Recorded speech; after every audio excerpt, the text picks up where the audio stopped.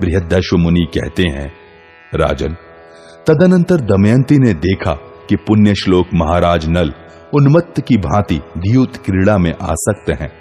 वह स्वयं सावधान थी। उनकी वैसी अवस्था देख भीम कुमारी भय और शोक से व्याकुल हो गई और महाराज के हित के लिए किसी महत्वपूर्ण कार्य का चिंतन करने लगी। उसके मन में यह आशंका हो गई कि राजा पर बहुत बड़ा कष्ट आने वाला है। वह उनका प्रिय एवं हित करना चाहती थी। अतः महाराज के सर्वस्व का अपहरण होता जान धाय को बुलाकर इस प्रकार बोली। उसकी धाय का नाम बृहत्सेना था।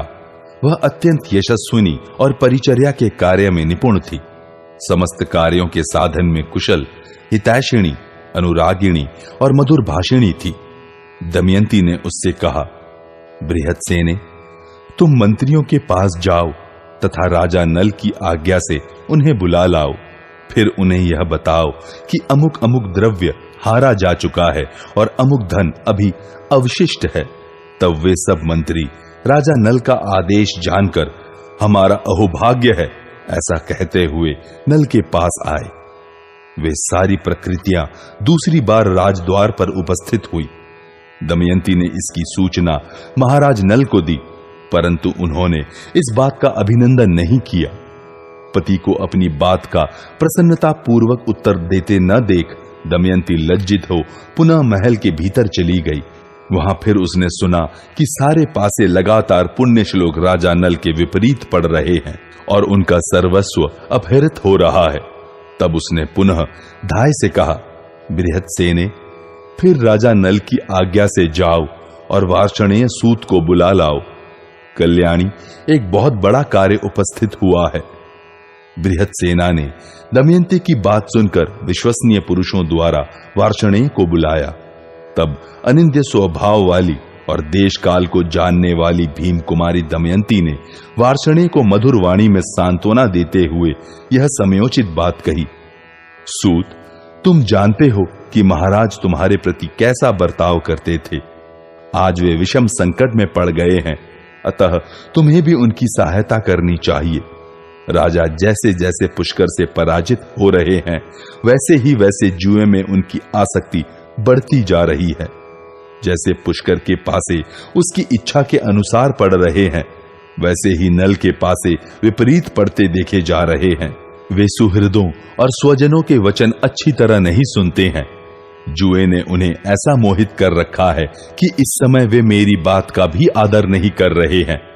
मैं इसमें महामना नैषद का निश्चय ही कोई दोष नहीं मानती। जुए से मोहित होने के कारण ही राजा मेरी बात का अभिनंदन नहीं कर रहे हैं।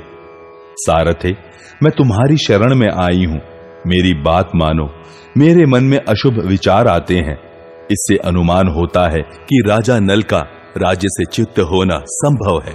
तुम महाराज के प्रिय मन के समान वेगशाली अश्वों को रथ में जोतकर उस पर इन दोनों बच्चों को बिठा लो और कुंडिनपुर को चले जाओ। वहां इन दोनों बालकों को, इस रथ को और इन घोड़ों को भी मेरे भाई बंधुओं की देखरेख में सौंपकर तुम्हारी इच्छा हो तो वहीं रह जाना या अन्यत्र कहीं चले जाना। दमयंती की यह बात सुनकर नल के सारथी वार्षणेय ने नल के मुख्य मुख्य मंत्रियों से यह सारा वृत्तांत निवेदित किया। राजन, उनसे मिलकर इस विषय पर भली भांति विचार करके उन मंत्रियों की आज्ञा ले सारथी वार्षणेय ने दोनों बालकों को रथ पर बिठाकर विदर्भ देश को प्रस्थान किया।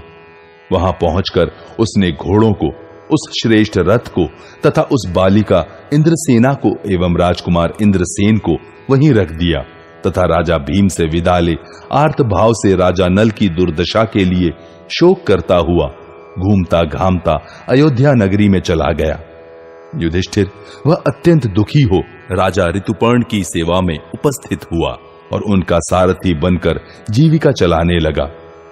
तदनंतर वार्षणेय के चले जाने पर जुआ खेलने वाले पुण्यश्लोक महाराज नल के सारे राज्य और जो कुछ धन था उन सब का जुए में पुष्कर ने अपहरण कर लिया। राजन, राज्य हार जाने पर नल से पुष्कर ने हंसते हुए कहा कि क्या फिर जुआ आरंभ हो? अब तुम्हारे पास दांव पर लगाने के लिए क्या है? तुम्हारे पास केवल दमयंती शेष रह गई है और सब वस्तुएं तो मैंने जीत ली है। यदि तुम्हारी राय हो तो दमयंती को दांव पर रखकर एक बार फिर जुआ खेला जाए। पुष्कर के ऐसा कहने पर पुण्यश्लोक महाराज नल का हृदय शोक से विदीर्ण सा हो गया, परंतु उन्होंने उससे कुछ कहा नहीं। तदनंतर महायशस्वी नल ने अत्यंत दुखित हो पुष्कर की ओर देखकर अपने सब अंगों के आभूषण उतार दिए और केवल एक अधोवस्त्र धारण करके चादर ओढ़े बिना ही अपनी विशाल संपत्ति को त्याग कर सुहृदों का शोक बढ़ाते हुए वे राजभवन से निकल पड़े। दमयंती के शरीर पर भी एक ही वस्त्र था। वह जाते हुए राजा नल के पीछे हो ली। वे उसके साथ नगर से बाहर 3 रात तक टिके रहे। महाराज, पुष्कर ने उस नगर में यह घोषणा करा दी, डुग्गी पिटवा दी कि जो नल के साथ अच्छा बर्ताव करेगा वह मेरा वध्य होगा। युधिष्ठिर, पुष्कर के उस वचन से और नल के प्रति पुष्कर का द्वेष होने से पुरवासियों ने राजा नल का कोई सत्कार नहीं किया।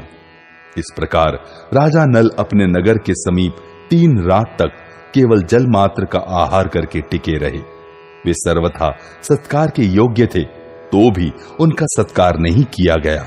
वहां भूख से पीड़ित हो फल मूल आदि जुटाते हुए राजा नल वहां से अन्यत्र चले गए। केवल दमयंती उनके पीछे पीछे गई। इसी प्रकार नल बहुत दिनों तक क्षुधा से पीड़ित रहे। एक दिन उन्होंने कुछ ऐसे पक्षी देखे जिनकी पांखें सोने की सी थी। उन्हें देखकर बलवान निषद नरेश के मन में यह बात आई कि यह पक्षियों का समुदाय ही आज मेरा भक्ष्य हो सकता है और इनकी ये पांखें मेरे लिए धन हो जाएंगी। तदनंतर उन्होंने अपने अधोवस्त्र से उन पक्षियों को ढक दिया, किंतु वे सब पक्षी उनका वह वस्त्र लेकर आकाश में उड़ गए। उड़ते हुए उन पक्षियों ने राजा नल को दीन भाव से नीचे मुंह किए धरती पर नग्न खड़ा देख उनसे कहा, ओ खोटी बुद्धि वाले नरेश, हम पक्षी नहीं पासे हैं और तुम्हारा वस्त्र अपहरण करने की इच्छा से ही यहां आए थे। तुम वस्त्र पहने हुए ही वहां से चले आए थे, इससे हमें प्रसन्नता नहीं हुई थी। राजन, उन पासों को नजदीक से जाते देख और अपने आप को नग्नावस्था में पाकर पुण्यश्लोक नल ने उस समय दमयंती से कहा, सती साध्वी रानी, जिनके क्रोध से मेरा ऐश्वर्य छिन गया, मैं क्षुधा पीड़ित एवं दुखित होकर जीवन निर्वाह के लिए अन्न तक नहीं पा रहा हूं और जिनके कारण निषद देश की प्रजा ने मेरा सत्कार नहीं किया। भीरू, वे ही ये पासे हैं जो पक्षी होकर मेरा वस्त्र लिए जा रहे हैं। मैं बड़ी विषम परिस्थिति में पड़ गया हूं। दुख के मारे मेरी चेतना लुप्त सी हो रही है। मैं तुम्हारा पति हूं, अतः तुम्हारे हित की बात बता रहा हूं, इसे सुनो। ये बहुत से मार्ग हैं जो दक्षिण दिशा की ओर जाते हैं। यह मार्ग ऋक्षवान पर्वत को लांघकर अवंती देश को जाता है। यह महान पर्वत विंध्य दिखाई दे रहा है और यह समुद्र गामिनी पयोषणी नदी है। यहाँ महर्षियों के बहुत से आश्रम हैं। यहाँ प्रचुर मात्रा में फल मूल उपलब्ध हो सकते हैं। यह विदर्भ देश का मार्ग है और वह कौशल देश को जाता है। दक्षिण दिशा में इसके बाद का देश दक्षिणापथ कहलाता है। भारत, राजा नल ने एकाग्रचित होकर बड़ी आतुरता के साथ दमयंती से ये बातें बार बार कही। तब दमयंती अत्यंत दुख से दुर्बल हो नेत्रों से आंसू बहाती हुई गदगद वाणी में राजा नल से यह करुण वचन बोली, महाराज, आपकी मानसिक संकल्प क्या है? इस पर जब मैं बार बार विचार करती हूं तब मेरा हृदय उद्विग्न हो उठता है और सारे अंग शिथिल हो उठते हैं। आपका राज्य छिन गया, धन नष्ट हो गया, आपके शरीर पर वस्त्र तक नहीं रह गया तथा आप भूख और परिश्रम से कष्ट पा रहे हैं। ऐसी अवस्था में इस निर्जन वन में आपको असहाय छोड़कर मैं कैसे जा सकती हूं? महाराज, जब आप भयंकर वन में थके मांदे भूख से पीड़ित हो अपने पूर्व सुख का चिंतन करते हुए अत्यंत दुखी होने लगेंगे, उस समय मैं सांत्वना द्वारा आपके संताप का निवारण करूंगी। चिकित्सकों का मत है कि समस्त दुखों की शांति के लिए पत्नी के समान दूसरी कोई औषध नहीं है। यह मैं आपसे सत्य कहती हूं। नल ने कहा, सुमध्यमा दमयंती, तुम जैसा कहती हो वह ठीक है। दुखी मनुष्य के लिए पत्नी के समान दूसरा कोई मित्र या औषध नहीं है। भीरू, मैं तुम्हें त्यागना नहीं चाहता, तुम इतनी अधिक शंका क्यों करती हो? अनिंदिते, मैं अपने शरीर का त्याग कर सकता हूं, पर तुम्हें नहीं छोड़ सकता। दमयंती ने कहा, महाराज, यदि आप मुझे त्यागना नहीं चाहते तो विदर्भ देश का मार्ग क्यों बता रहे हैं? राजन, मैं जानती हूं कि आप स्वयं मुझे नहीं त्याग सकते, परंतु महीपते, इस घोर आपत्ति ने आपके चित्त को आकर्षित कर लिया है, इस कारण आप मेरा त्याग भी कर सकते हैं। नरश्रेष्ठ, आप बार बार जो मुझे विदर्भ देश का मार्ग बता रहे हैं, देवोपम आर्यपुत्र, इसके कारण आप मेरा शोक ही बढ़ा रहे हैं। यदि आपका यह अभिप्राय हो कि दमयंती अपने बंधु बांधवों के यहां चली जाए, तो आपकी सम्मति हो तो हम दोनों साथ ही विदर्भ देश को चलें।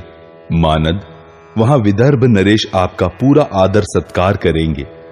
राजन, उनसे पूजित होकर आप हमारे घर में सुखपूर्वक निवास कीजिएगा।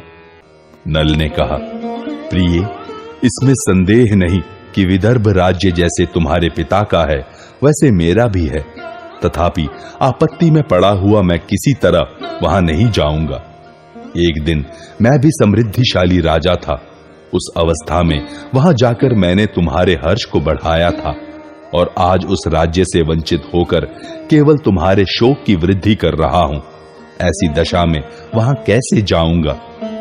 बृहद्दश्व मुनि कहते हैं, राजन, आधे वस्त्र से ढकी हुई कल्याणमयी दमयंती से बार बार ऐसा कहकर राजा नल ने उसे सांत्वना दी, क्योंकि वे दोनों एक ही वस्त्र से अपने अंगों को ढककर इधर उधर घूम रहे थे। भूख और प्यास से थके मांदे वे दोनों दंपति किसी सभा भवन में जा पहुंचे। तब उस धर्मशाला में पहुंचकर निषद नरेश राजा नल वैदर्भी के साथ भूतल पर बैठे। वे वस्त्रहीन, चटाई आदि से रहित, मलिन एवं धूलि धूसरित हो रहे थे। दमयंती के साथ थक कर भूमि पर ही सो गए। सुकुमारी तपस्विनी कल्याणमयी दमयंती भी सहसा दुख में पड़ गई थी। वहां आने पर उसे भी निद्रा ने घेर लिया। राजन, राजा नल का चित्त शोक से मथा जा रहा था। वे दमयंती के सो जाने पर भी स्वयं पहले की भांति सो न सके। राज्य का अपहरण, सुहृदों का त्याग और वन में प्राप्त होने वाले नाना प्रकार के क्लेश पर विचार करते हुए वे चिंता को प्राप्त हो गए। वे सोचने लगे, ऐसा करने से मेरा क्या होगा और यह कार्य न करने से भी क्या होगा? मेरा मर जाना अच्छा है कि अपनी आत्मीया दमयंती को त्याग देना। यह मुझसे इस प्रकार अनुरक्त होकर मेरे ही लिए दुख उठा रही है। यदि मुझसे अलग हो जाए तो यह कदाचित अपने स्वजनों के पास जा सकती है। मेरे पास रहकर तो यह पतिव्रता नारी निश्चय ही केवल दुख भोगेगी। यद्यपि इसे त्याग देने पर एक संचय बना रहेगा, तो भी यह संभव है कि इसे कभी सुख मिल जाए। राजन, नल अनेक प्रकार से बार बार विचार करके एक निश्चय पर पहुंच गए और दमयंती का परित्याग कर देने में ही उसकी भलाई मानने लगे। यह महाभागा यशस्विनी दमयंती मेरी भक्त और पतिव्रता है। पातिव्रत तेज के कारण मार्ग में कोई इसका सतीत्व नष्ट नहीं कर सकता। ऐसा सोचकर उनकी बुद्धि दमयंती को अपने साथ रखने के विचार से निवृत्त हो गई, बल्कि दुष्ट स्वभाव वाले कलयुग से प्रभावित होने के कारण दमयंती को त्याग देने में ही उनकी बुद्धि प्रवृत्त हुई। तदनंतर राजा ने अपनी वस्त्रहीनता और दमयंती की एक वस्त्रता का विचार करके उसके आधे वस्त्र को फाड़ लेना ही उचित समझा। फिर यह सोचकर कि मैं कैसे वस्त्र को काटूं जिससे मेरी प्रिया की नींद न टूटे, राजा नल धर्मशाला में इधर उधर घूमने लगे। भारत इधर उधर दौड़ धूप करने पर राजा नल को उस सभा भवन में एक अच्छी सी नंगी तलवार मिल गई। उसी से दमयंती का आधा वस्त्र काटकर परंतप नल ने उसके द्वारा अपना शरीर ढक लिया और अचेत सोती हुई विदर्भ राजकुमारी दमयंती को वहीं छोड़कर वे शीघ्रता से चले गए। कुछ दूर जाने पर उनके हृदय का विचार पलट गया और वे पुनः उसी सभा भवन में लौट आए। वहां उस समय दमयंती को देखकर निषद नरेश नल फूट फूट कर रोने लगे। वे विलाप करते हुए कहने लगे, पहले जिस मेरी प्रियतमा दमयंती को वायु तथा सूर्य देवता भी नहीं देख पाते थे, वही आज इस धर्मशाला में भूमि पर अनाथ की भांति सो रही है। यह मनोहर हास्य वाली सुंदरी वस्त्र के आधे टुकड़े से लिपटी हुई सो रही है। जब इसकी नींद खुलेगी तब पगली सी होकर न जाने यह कैसी दशा को पहुंच जाएगी। यह भयंकर वन हिंसक पशुओं और सर्पों से भरा है। मुझसे बिछुड़कर शुभ लक्षणा सती दमयंती अकेली इस वन में कैसे विचरण करेगी? महाभागे, तुम धर्म से आवृत हो। आदित्य, वसु, रुद्र, अश्विनी कुमार और मरुदगण ये सब देवता तुम्हारी रक्षा करें। इस भूतल पर रूप सौंदर्य में जिसकी समानता करने वाली दूसरी कोई स्त्री नहीं थी, उसी अपनी प्रिया पत्नी दमयंती के प्रति इस प्रकार कहकर राजा नल वहां से उठे और चल दिए। उस समय कली ने इनकी विवेक शक्ति हर ली थी। राजा नल को एक ओर कलयुग खींच रहा था और दूसरी ओर दमयंती का सौहार्द। अतः वे बार बार जाकर फिर उस धर्मशाला में ही लौट आते थे। उस समय दुखी राजा नल का हृदय मानो दुविधा में पड़ गया था। जैसे झूला बार बार नीचे ऊपर आता जाता रहता है, उसी प्रकार उनका हृदय कभी बाहर जाता, कभी सभा भवन में लौट आता था। अंत में कलयुग ने प्रबल आकर्षण किया, जिससे मोहित होकर राजा नल बहुत देर तक करुण विलाप करके अपनी सोती हुई पत्नी को छोड़कर शीघ्रता से चले गए। कलयुग के स्पर्श से उनकी बुद्धि भ्रष्ट हो गई थी, अतः वे अत्यंत दुखी हो विभिन्न बातों का विचार करते हुए उस सूने वन में अपनी पत्नी को अकेली छोड़कर चल दिए। नल के चले जाने पर जब दमयंती की थकावट दूर हो गई, तब उसकी आंख खुली। उस निर्जन वन में अपने स्वामी को न देखकर सुंदरी दमयंती भयातुर और दुख शोक से व्याकुल हो गई। उसने भयभीत होकर निषद नरेश नल को, महाराज आप कहां हैं, यह कहकर बड़े जोर से पुकारा। हा नाथ, हा महाराज, हा स्वामिन, आप मुझे क्यों त्याग रहे हैं? हाय, मैं मारी गई, नष्ट हो गई। इस जनशून्य वन में मुझे बड़ा भय लग रहा है। महाराज, आप तो धर्मज्ञ और सत्यवादी हैं, फिर वैसी सच्ची प्रतिज्ञा करके आज आप इस जंगल में मुझे सोती छोड़कर कैसे चले गए? मैं आपकी सेवा में कुशल और अनुरक्त भार्या हूं। विशेषतः मेरे द्वारा आपका कोई अपराध भी नहीं हुआ है।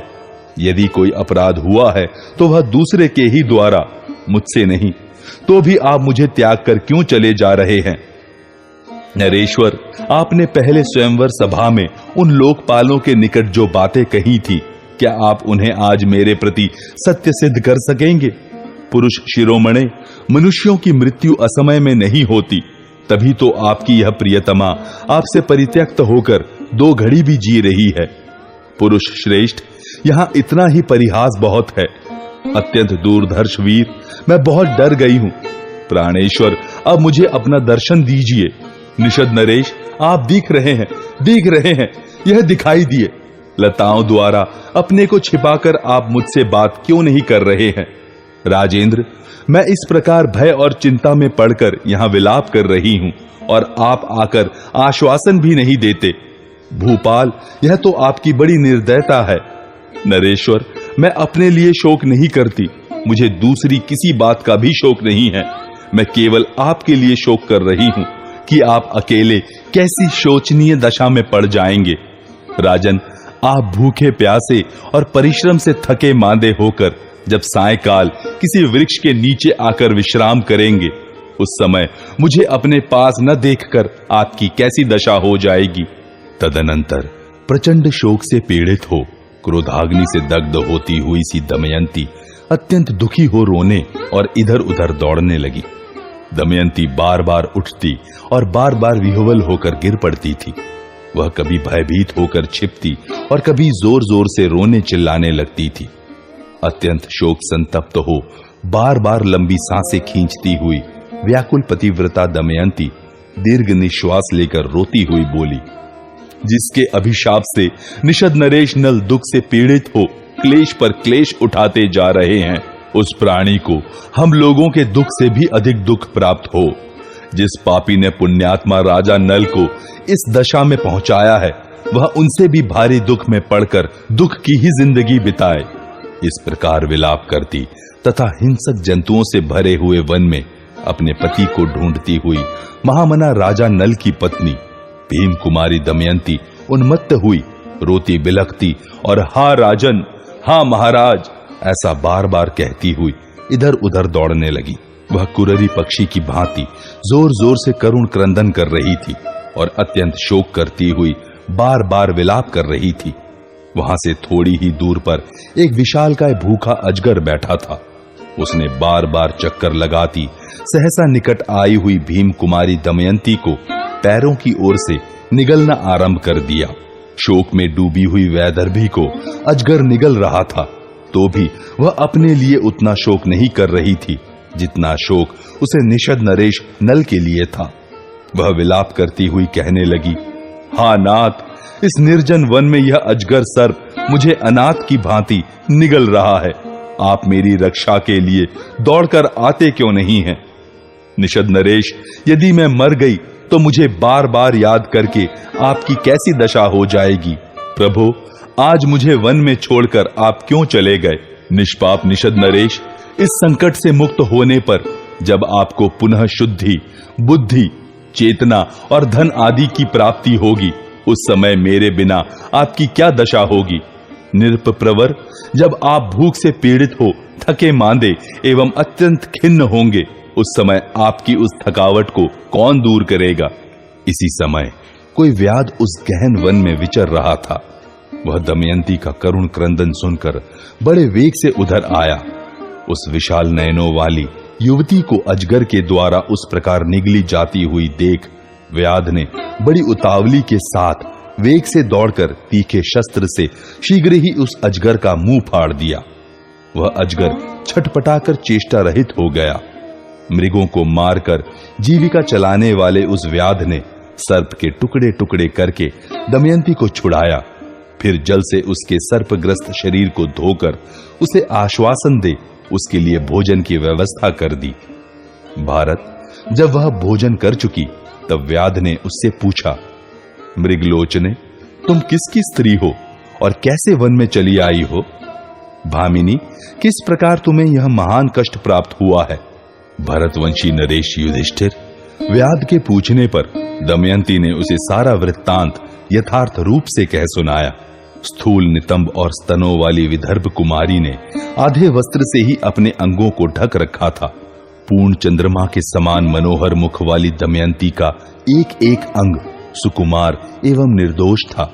उसकी आंखें तिरछी बरौनियों से सुशोभित थीं और वह बड़े मधुर स्वर में बोल रही थी।